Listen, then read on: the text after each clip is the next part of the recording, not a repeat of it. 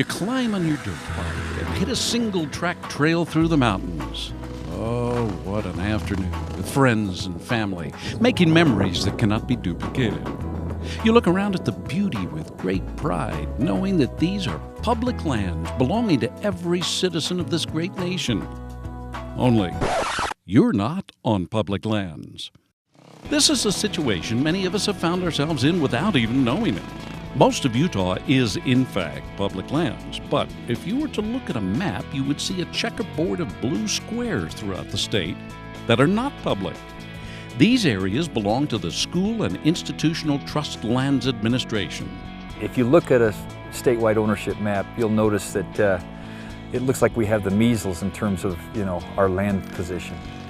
We have a real challenge on our hands because the public in general doesn't understand when they're coming off of BLM and onto trust lands and vice versa, or the Forest Service.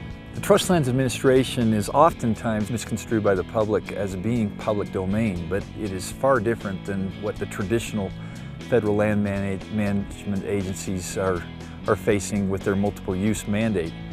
We have a specific mandate, and that is to manage these lands for the benefit of our respective beneficiaries, principally the public education system and other beneficiaries such as the University of Utah, Utah State University, and so forth. And our principal driver is to actually generate revenue from these lands so that we can help support those respective beneficiaries. The School and Institutional Trust Lands Administration, known more commonly as SITLA, manages approximately 3.4 million acres across the state, and with 54 blocks of 5,000 acres or more. 2 of those blocks sit in the center of the La Salle Mountains, just north of Monticello, Utah, where with the help of organizations like Ride with Respect, SITLA has been able to open up a new trail system, one that allows riders to explore historic lands while protecting the administration's assets at the same time.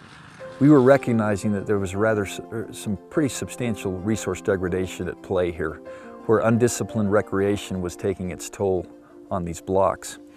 And so, rather than just simply saying to the public, no, you can no longer come on here, we said, what can we do to work together to create a win-win outcome here? And we decided to take this pilot on. And we're just very pleased with the overall outcome on what's ultimately come about. SITLA recognized there was a lot of use, especially during hunting season.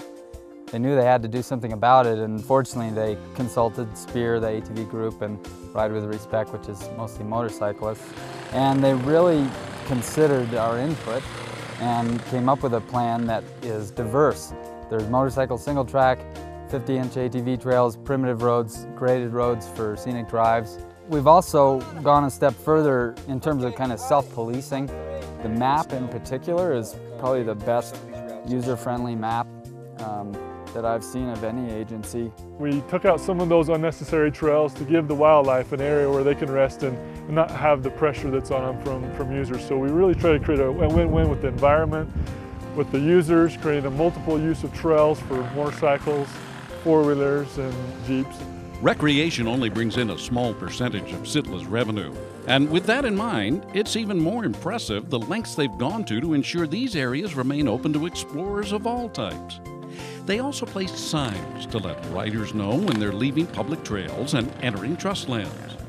Trail system maps are available at trustlands.utah.gov. They're also available at the kiosks at the entrance to the trails themselves. So sometime you may find yourself out riding in the La Salles and come across a placard like this. When you do, remember the true privilege it is to experience these lands, and that with respect, they will remain open to everyone. We now have a defined trail system that is well understood and supported by the OHV community, and it really has created an opportunity where we haven't precluded opportunity, but we're doing it in a disciplined fashion that everyone can appreciate and support and give input to.